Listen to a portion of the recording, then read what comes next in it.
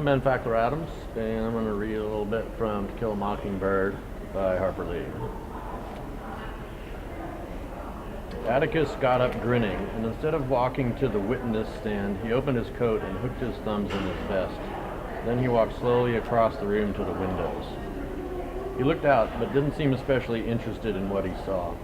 Then he turned and strolled back to the witness stand. From long years of experience, I could tell he was trying to come to a decision about something.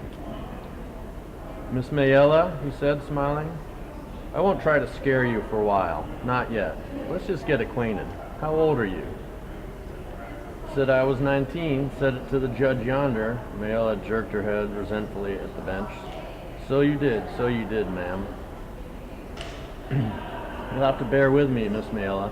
I'm getting along, and I can't remember as well as I used to. I might ask you things you already said before, but you'll give me an answer, won't you? Good. I could see nothing in Mayella's expression to justify Atticus's assumption that he had secured her wholehearted cooperation. She was looking at him furiously. "Won't answer a word you say as long as you keep mocking me," she said. "Ma'am?" Atticus asked, startled. "Long as you keep on making fun of me," Judge Taylor said. "Mr. Finch is not making fun of you. What's the matter with you?" Mayella looked from under her lowered eyelids at Atticus. Then she said to the judge, "Long as he keeps on calling me ma'am and saying Miss Mayella, I don't have to take his sass. I ain't called upon to take it." Atticus resumed his stroll to the windows and let Judge Taylor handle this one. Judge Taylor was not the kind of figure that ever evoked pity, but I did feel a pang for him as he tried to explain. "That's just Mr. Finch's way," he told Mayella. "We've done business in this court for years and years, and Mr. Finch is always courteous to everybody. He's not trying to mock you, he's trying to be polite. That's just his way." The judge leaned back. "Atticus, let's get on with these proceedings and let the record show that the witness has not been sassed, her views to the contrary." I wonder if anybody had ever called her ma'am or Miss Mayella in her life. Probably not, as she took offense to routine courtesy. What on earth was her life like? I soon found out. "You say you're 19, Atticus resumed. "How many sisters and brothers have you?" He walked from the windows back to the sand. "7, she said. I wondered if they were all like the specimen I had seen the first day I started at school. "You the eldest, the oldest?" "Yes." "How long has your mother been dead?" "Don't know, long time." "Did you ever go to school?" "Reading and writing good as Papa yonder." Mayella sounded like a Mr. Jingle in a book I had been reading. "How long did you go to school?" 2 year, 3 year, don't know. Slowly but surely I began to see the pattern of Atticus's questions.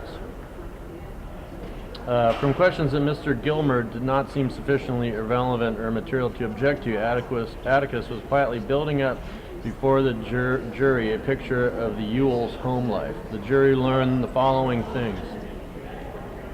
Their relief check was far from enough to feed the family, and there was a strong suspicion that Papa drank it up anyway. He sometimes went off in the swamp for days and came home sick. The weather was seldom cold enough to require shoes, but when it was, you could make dandy ones from strips of old tires.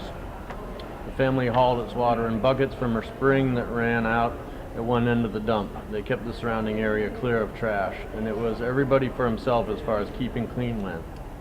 If you wanted to wash, you hauled your own water. The younger children had perpetual colds and suffered from chronic ground itch. There was a lady who came around sometimes and asked Mayella why she didn't stay in school. She wrote down the answer. With 2 members of the family reading and writing, there was no need for the rest of them to learn. Papa needed them at home. "Miss Mayella," said Atticus, in spite of himself, "a 19-year-old girl like you must have friends. Who are your friends?"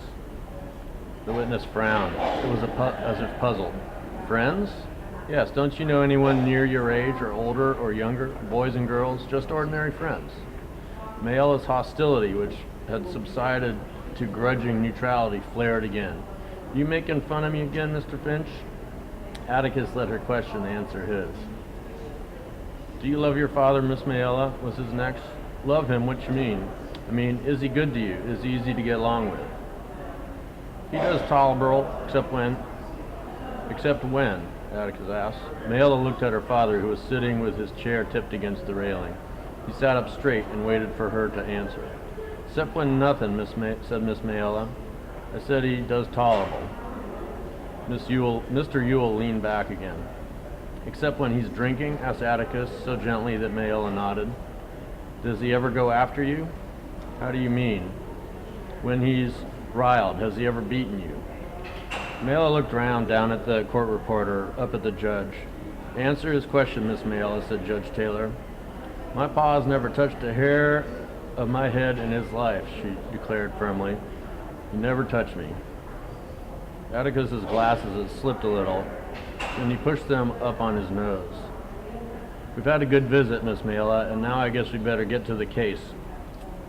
You say you asked Tom Robinson to come chop up what was it? A chiffon robe, an old dresser full of drawers on one side. Was Tom Robinson well known to you? What do you mean? I mean, did you know who he was, where he lived? Mayella nodded. I knew who he was. He passed the house every day. Was that the first time you asked him to come inside the fence? Mayella jumped slightly at the question. Atticus was making his slow pilgrimage to the windows, as he had been doing. He would ask a question, then look out, waiting for an answer. He did not see the involuntary jump, but it seemed to me that he knew she had moved. He turned around and raised his eyebrows. He began again. Yes, it was. Didn't you ever ask him to come inside the fence before? She was prepared now. I did not. I certainly did not. One did's not enough, said Atticus serenely. You never asked him to do odd jobs for you before? I might have, conceded Mayella. There were several niggers around. Can you remember any other occasions? No. All right. Now to what happened. You said Tom Robinson was behind you in the room when you turned around, that right? Yes. Yeah, I guess I'm going to stop there.